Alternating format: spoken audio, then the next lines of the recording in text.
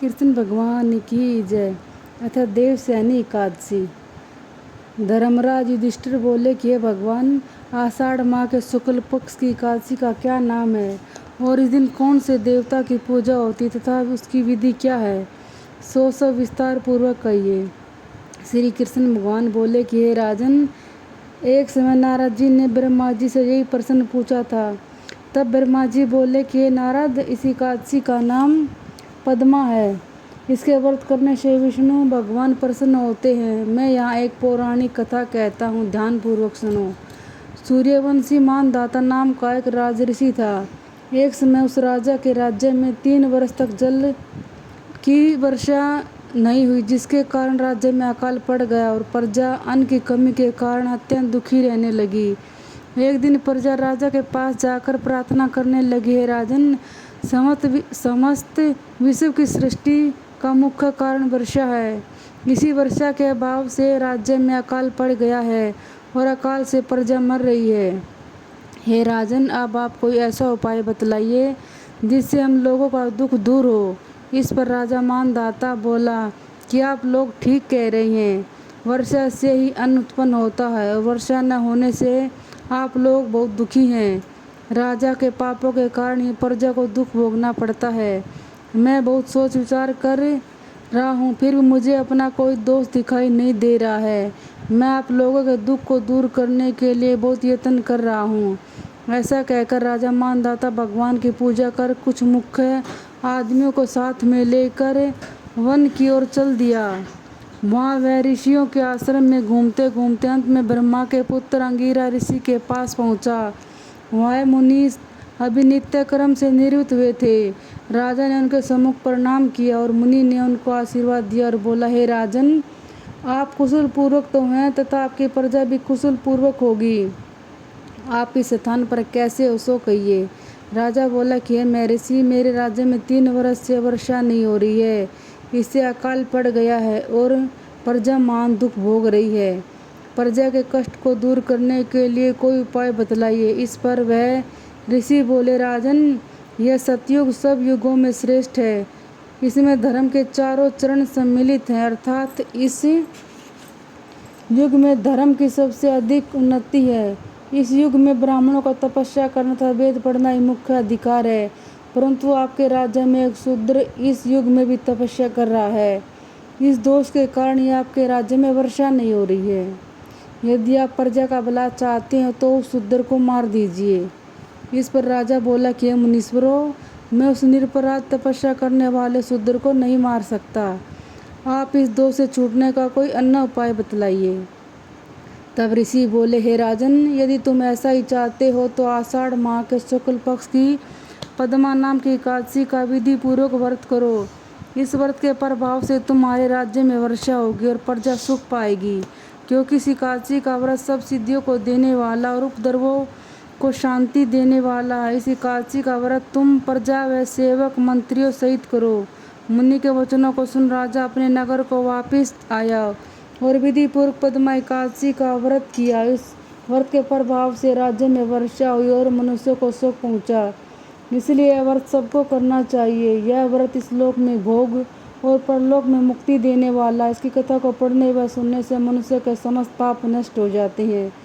इस एकादशी को देवशयनी एकादशी भी कहते हैं और इस व्रत को करने से विष्णु भगवान अति प्रसन्न होते हैं।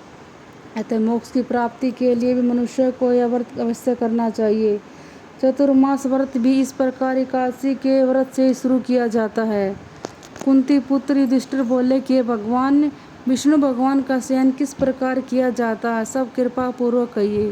श्री कृष्ण भगवान बोले, अब मैं आपको विष्णु के शयन का व्रत कहता हूँ और साथ ही चतुर्मास व्रत को भी कहता हूँ। अब आप ध्यान पूर्वक सुनिए। जब सूर्य नारायण कर्क राशि में स्थित हों तब विष्णु भगवान को शयन कराना चाहिए और सूर्य नारायण के तुला राशि के आने पर भगवान को उठाना चाहिए। लोंद अधिक मास के आने पर भी यही विधि वैसे ही रहती है। इस विधि से अन्य देवताओं को शयन न कराना चाहिए और न उठाना चाहिए। आषाढ़ माह के शुक्ल पक्ष एकादशी का विधि पूर्वक करना व उस दिन विष्णु भगवान की प्रतिमा बनाने और चतुर्मास व्रत का नियम करना चाहिए।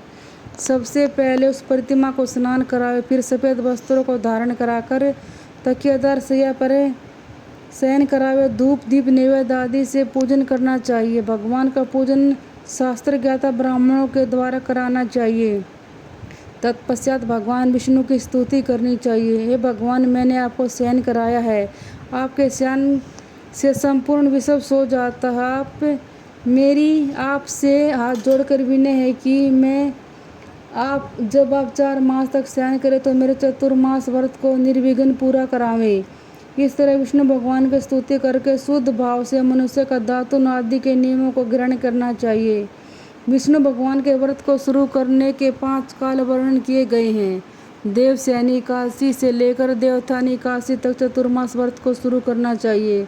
द्वादशी, पूर्णिमासी, अष्टमी या संक्रांति को व्रत प्रारंभ करना चाहिए और कार्तिक माह के शुक्ल पक्ष की द्वादशी को समाप्त कर देना चाहिए।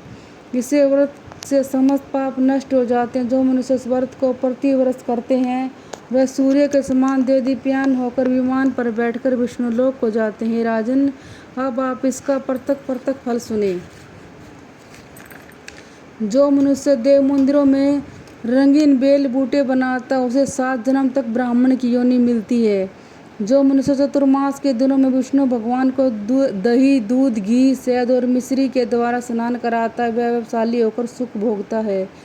जो मनुष्य श्रद्धापूर्वक भूमि, श्रवण, दक्षिणा आदि ब्राह्मणों को देता है स्वर्ग में जाकर इंद्र के समान सुख भोगता है। जो मनुष्य विष्णु भगवान की स्वर्ण प्रतिमा बनाकर धूप, दीप, पुष्प, नैवेद्य आदि से भगवान की पूजा करता है वह इंद्रलोक में जाकर अक्षय सुख भोगता है।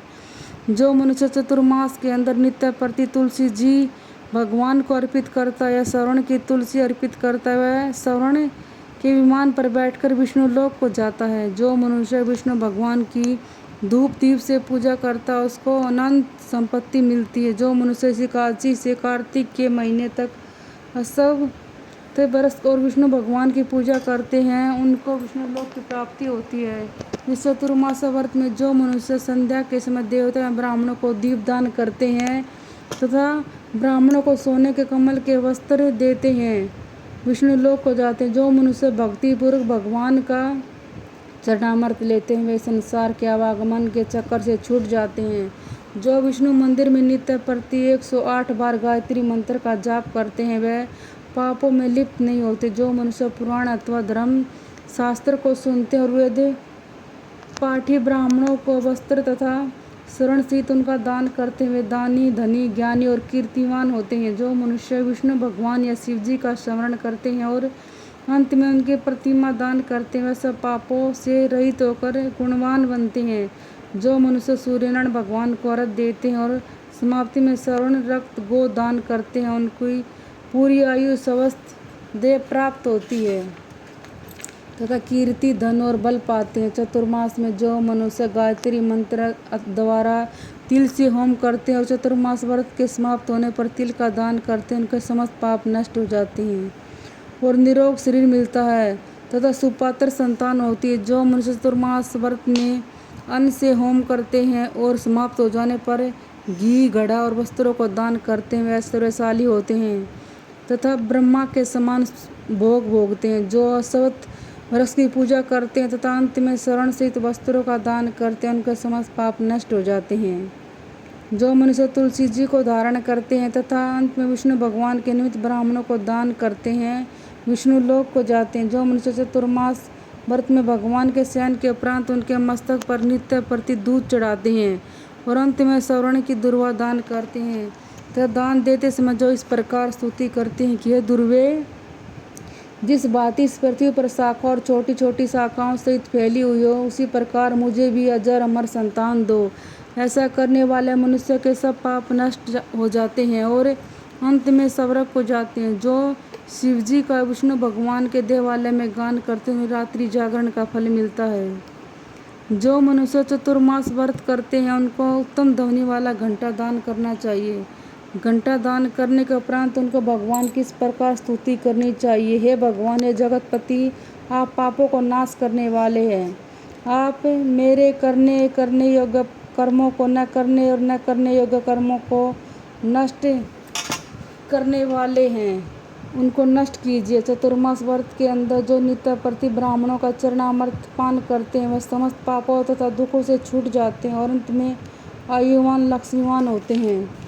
चतुर्मास व्रत के समाप्त हो जाने के बाद 2 गायें का दान करना चाहिए। यदि गोदान न कर सके तो वस्त्रदान अवश्य करना चाहिए। जो ब्राह्मण को नित्य प्रति नमस्कार करते हैं उसका जीवन सफल हो जाता है और समस्त पापों से छूट जाते हैं। चतुर्मास व्रत की समाप्ति में जो ब्राह्मणों को भोजन कराता है उनकी आयु तथा धन की वृद्धि होती है। जो मनुष्य अलंकार दक्षिणा को दान करते हैं वह चक्रवर्ती आयुमान पुत्रवान राजा होते हैं और स्वर्ग लोकों में प्रलय के अंत तक इंद्र के समान राज्य करते हैं। जो मनुष्य सूर्य भगवान तथा गणेश जी को नित्य प्रति नमस्कार करते हैं उनकी आयु तथा लक्ष्मी बढ़ती है। यदि गणेश जी प्रसन्न हो जाए तो मनवांछित फल देते हैं। गणेश जी और सूर्य की प्रतिमा ब्राह्मण को दान में देने से काम की सिद्धि होती है। जो मनुष्य दोनों ऋतुओं में महादेव जी की प्रसन्नता के लिए रूपा दान करते हैं या जो प्रतिदिन तिल और वस्त्रों के साथ तांबे का पात्र दान करते हैं उनके यहाँ सबसे सुंदर शिव भक्त पुत्र रत्न उत्पन्न होते हैं। चतुर्मास व्रत की समाप्ति पर चांदी पात्र या तांबा पात्र गुड़ और तिल के साथ दान करना चाहिए। जो मनुष्य विष्णु भगवान के शयन करने के उपरांत यथाशक्ति वस्त्र और तिल के साथ श्रवण दान करते हैं उनके समस्त पाप नष्ट हो जाते हैं और इस लोक में भोग तथा परलोक में मोक्ष दोनों प्राप्त होते हैं। जो मनुष्य ब्राह्मणों की धूप पुष्प से पूजा करते हैं और अन्न वस्त्र दान करते हैं तथा चतुर्मास व्रत के समाप्त होने पर सैया को दान करते हैं उनको अक्सर सुख मिलता है और कुबेर के समान धनवान होते हैं। वर्षा ऋतु में जो गोपी चंदन देते हैं उन पर भगवान प्रसन्न होते हैं और उस लोक में भोग तथा परलोक में मुक्ति पाते हैं। चतुर्मास व्रत में भगवान के शयन करने पर गुड़ अथवा शक्कर का दान करते हैं और व्रत के समाप्त हो जाने पर इस प्रकार उद्यापन करते हैं। 4 पल या 8 पल वाले तांबे के 8 पात्र या 48 पल का एक तांबे का पात्र लेकर उसमें शक्कर भरकर तथा वस्त्र फल दक्षिणा सहित ब्राह्मण को देना चाहिए। शक्कर सहित तांबे का पात्र सूर्य भगवान को प्रिय है।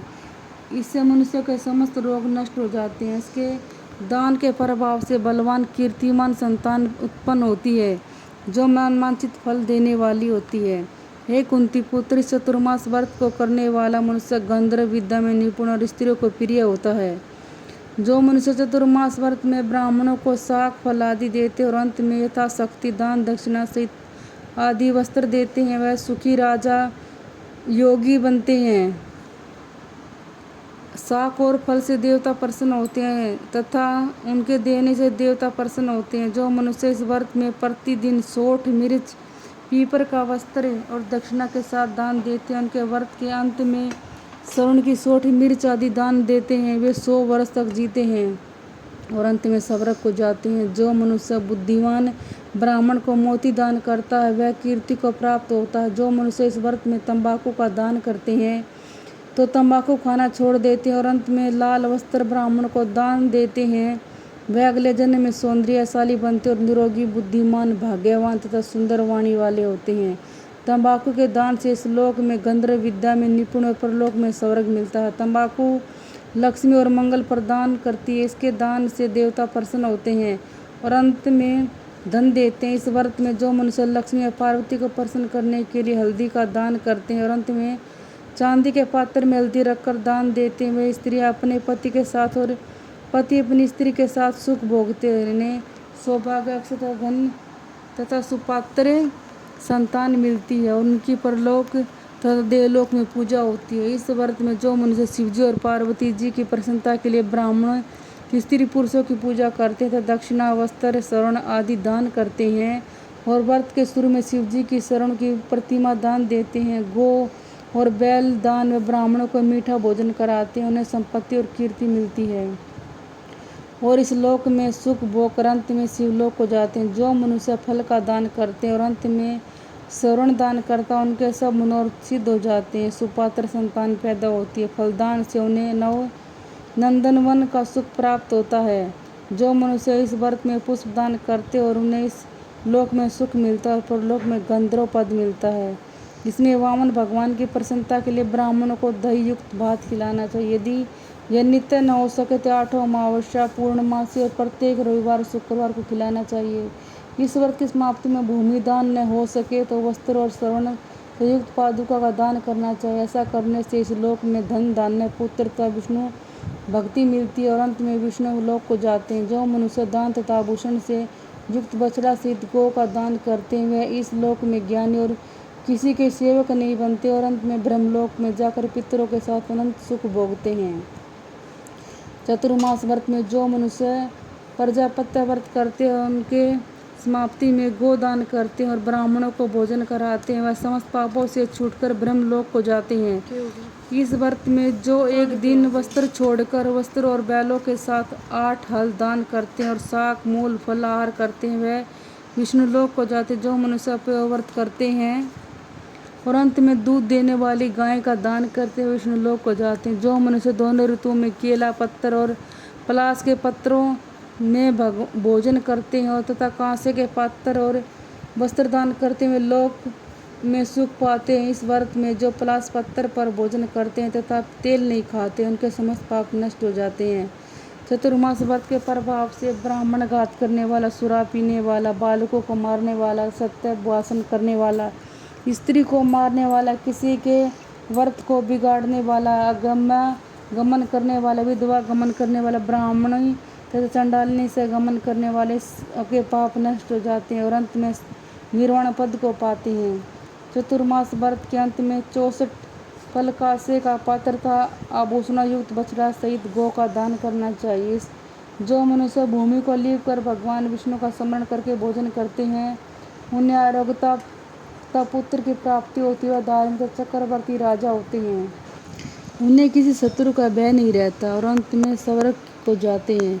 जो मनुष्य बिना मांगे हुए आभूषणों से युक्त चंदन सहित बैल दान करते हैं तथा उन्हें सटरस चंदन सहित बैल दान कराते हैं, उन्हें सटरस युक्त भोजन कराते हैं, उन्हें विष्णु लोक प्राप्त होता है। जो मनुष्य भगवान के शयन करने पर नित्य प्रति रात्रि को जागरण करते हैं तथा अंत में ब्राह्मणों को भोजन कराते हैं उन्हें शिवलोक की प्राप्ति होती है।